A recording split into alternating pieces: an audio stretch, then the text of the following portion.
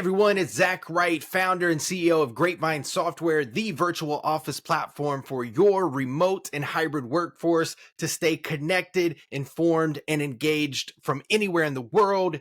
We are coming back at you with this week's Future of Work weekly report. We are going to be discussing an article from People Matters Global.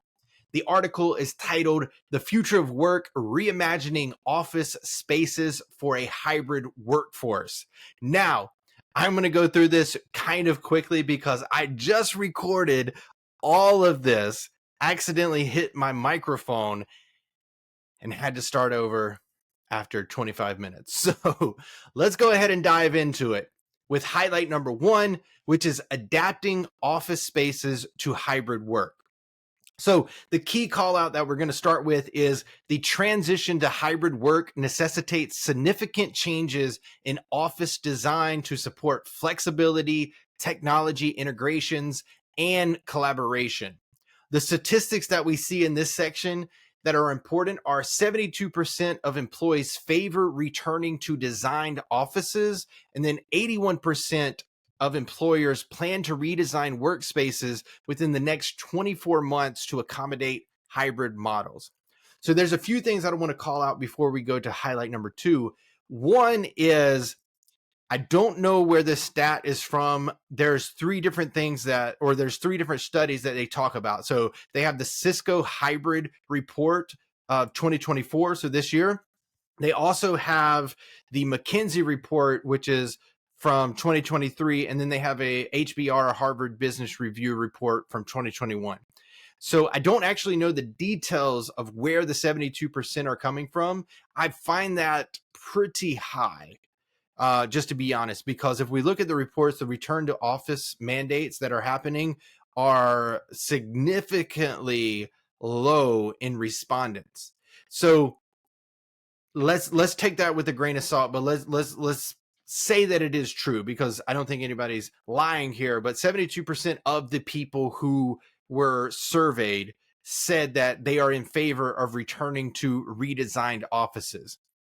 Now, that kind of gives real estate, like corporate real estate, a little bit of hope, because if the employees or the employers can redesign their office to match for the future of work, then they have a better likelihood of keeping that lease. Now, they didn't mention, were the redesigned offices co-working spaces? Were they on-demand co-working spaces? Or were they actually headquarters or offices that company has? I'm thinking, since they are redesigning it themselves, that it's something that they have, but I am not a CRE specialist, so let's get by that. But the importance here that I want to call out to anybody who's thinking about doing this as a founder or a CEO or an employer, get your employees involved. And the importance of this is, whenever you get your employees involved and you hear or you give them the ability to speak and be heard, they're more likely to actually take you up on what you're delivering. Now, you don't actually even have to follow through on. Now, if you say that you're going to do something, do it. But if you say we can look into that, but then we can't, 1, update them. And then 2, it doesn't really change the outcome for them, because they know that their voice was heard, and that tells them that their company cares about what they have to say, right? So that's important to know.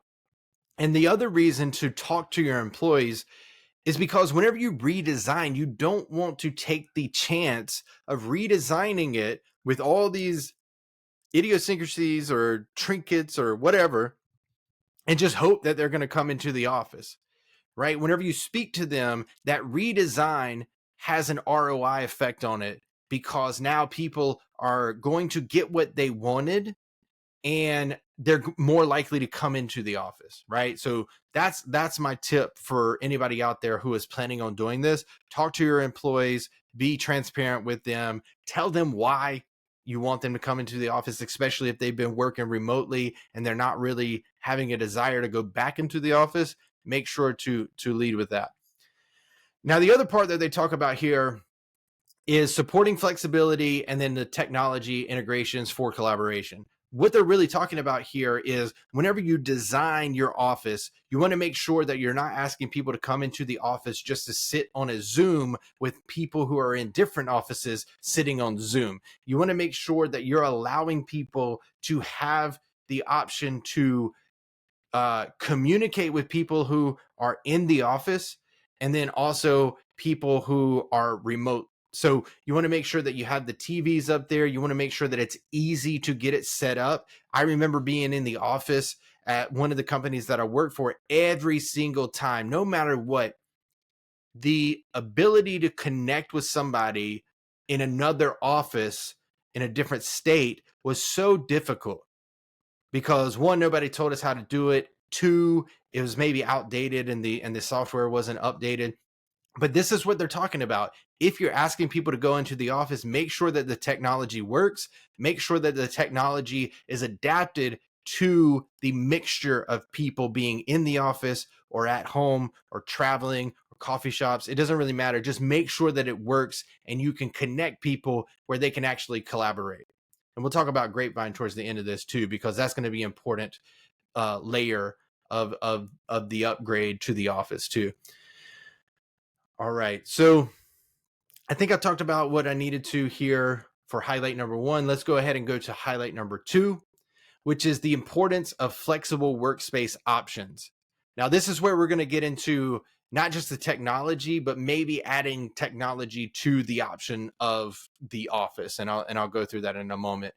But the call out that they have here is flexible workspace solutions like hot desking and hoteling are crucial to enhance productivity and employee satisfaction in a hybrid model. They say hot desking systems allow employees to reserve workspaces as needed, promoting optimal space utilization. And then 83% of employees believe that such flexibility is key to attracting and retaining top talent. So what I think that they're talking about here with hot desking is the ability to be able to reserve the workspace that you need for that specific day. So if you are working in a WeWork, you want to make sure that your employees have access to book a conference room when they need it. You want to make sure that whoever has the key to that office space, or everybody has a key to that office space, so whenever they go in, they make sure that they can get into the workspace and they're not stuck working out in the lobby if they don't want to do that. If they do want that, then they can do that, right? Or it might be some type of, I know Radius is out there. I talk about them a lot. We're not partners or anything, but they're kind of like Airbnb for your workspace for that day.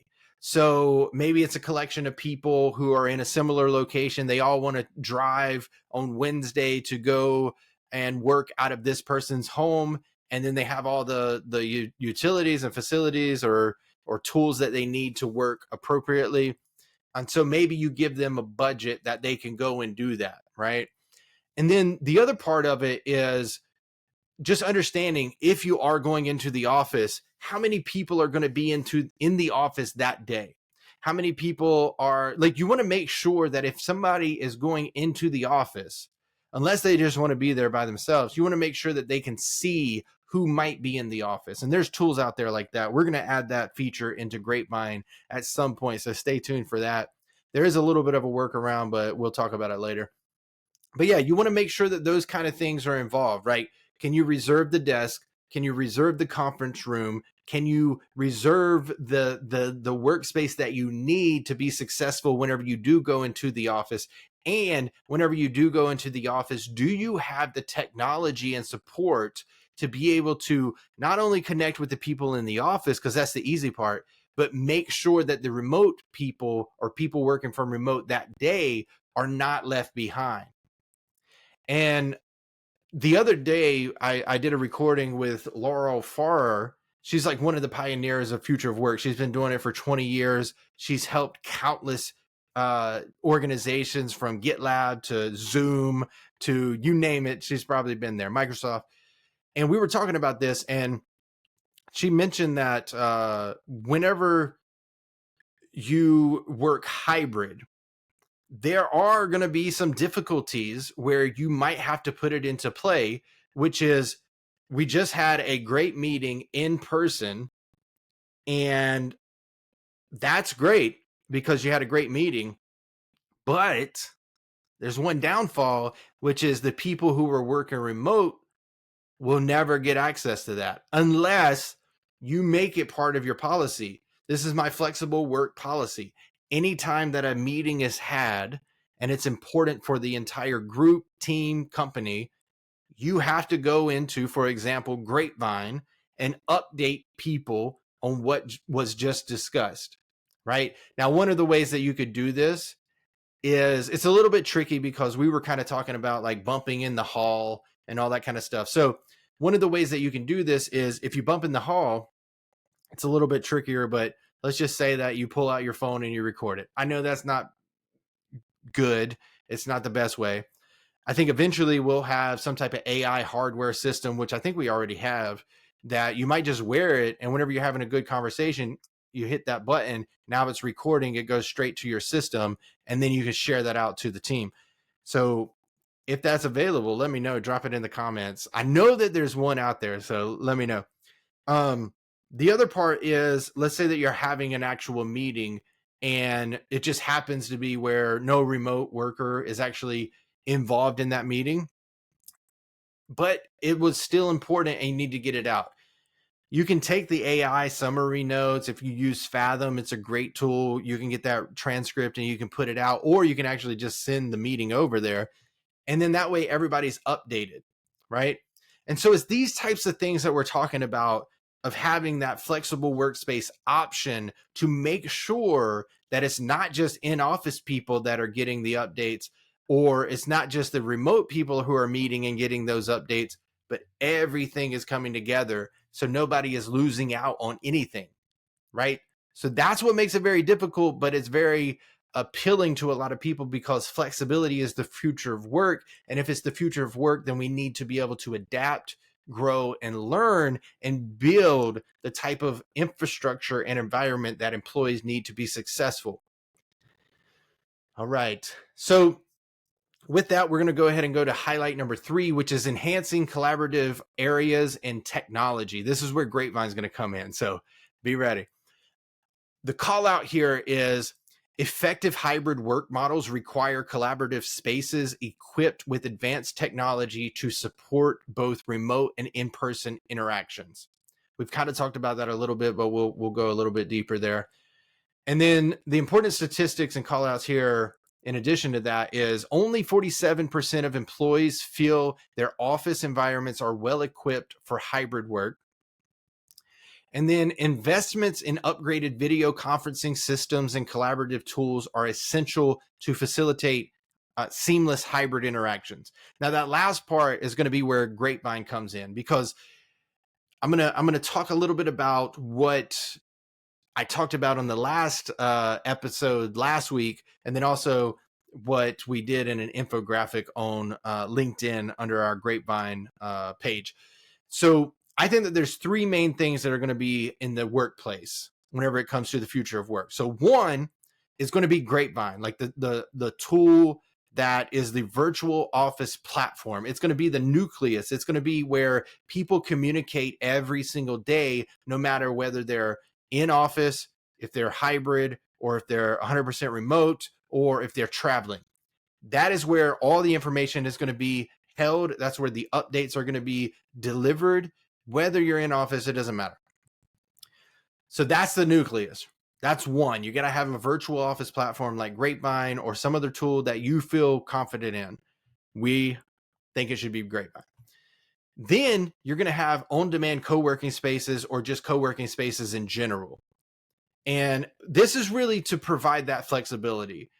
It could be, and it also allows the organization to become more flexible in the sense of, you're not stuck in a corporate real estate lease that is 10 years long or 5 years long even, and you can adapt as you go. If you're using WeWork and you have more people, you can go to another level in that stage.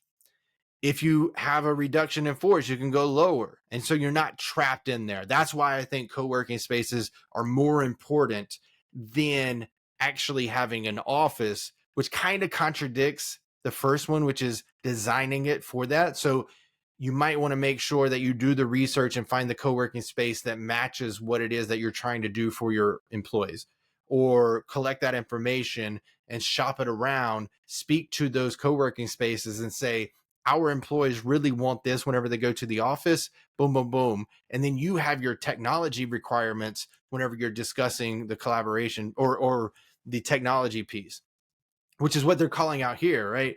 Like they said only 47% of employees feel their office environments are well equipped for hybrid work.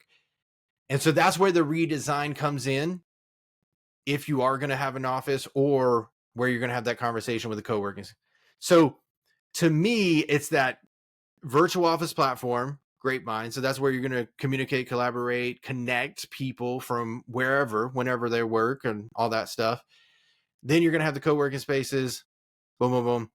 The last piece is the on-site, because the on-site is going to become the new off-site, right? And what I mean by that is whenever you go connect with people in person, it could be biannually, it could be quarterly, depending on what the company can do, then that's where everybody's going to get together. And if you're too spread out, you can get in clusters, right? So maybe some people are going to get into the UK, then we're going to have one space for the United States, and then we're going to have another one over here in Australia, whatever the case is. But the point is that you're going to get everybody together. You're going to do some business stuff, but then you're also going to connect personally. And we see this from Atlassian studies. Whenever the team does get all together, it does improve that connection, and that connection lasts anywhere from 6 to 9 months, right? So that's where you can get through with, or get by with, biannual, if you can't do the quarterly approach. But that's what I think. It's going to be the virtual office platform for day-to-day operations. It's going to be the co-working space to give that option and flexibility, but you got to make sure that you have the right space for your organization and your employees. And then you're going to have the on-sites to make sure that at some point throughout the year, or multiple times a year, everybody is getting together so that connection can build. And then you take that building of that connection in person and start applying it in your virtual office platform. So that's the flywheel that I see for the workspaces and workplaces. So let's go ahead and wrap this up. We have the summarized callouts here just to remind you of what we just spoke about. So 1, adapting office spaces for hybrid work involves more than just physical rearrangements. It's about integrating technology and flexibility to foster that collaboration that you want. Then we have number 2, flexible workspace options are more than a trend. They are a strategic imperative for modern businesses to thrive in a hybrid work environment. You have to have them to make sure whenever people do go into the office, it's worth it. And whenever people are in the office, they can still connect successfully with the people who are working remotely. Number 3, collaborative areas well equipped with modern technology are crucial for supporting a dispersed workforce effectively. That's where Grapevine is going to come in. All right. That is the Future of Work Weekly Report. If you found what we talked about, especially about Grapevine, and you want to learn more, reach out to us. You can go to our website, grapevinesoftware.io. We got this thing where you can get 30 days free. And then whenever you sign up, you'll get an email from us. It'll say, schedule your free onboarding. That's where we're going to help you set it up. So I highly recommend that you reach out to us, but we do have our knowledge and help center that is on the website as well. And you can use that for how to get things set up in your organization. But we help you get it set up. We also have an onboarding, implementation, and change management toolkit that we have that we'll walk you through. We're going to make it self-serve eventually, but if you want that, reach out to us and we will get you set up where you can start using your virtual office platform in those free 30 days instead of just setting it up. All right. Thanks so much for watching, and we will see you on the next Future of Work Weekly Report.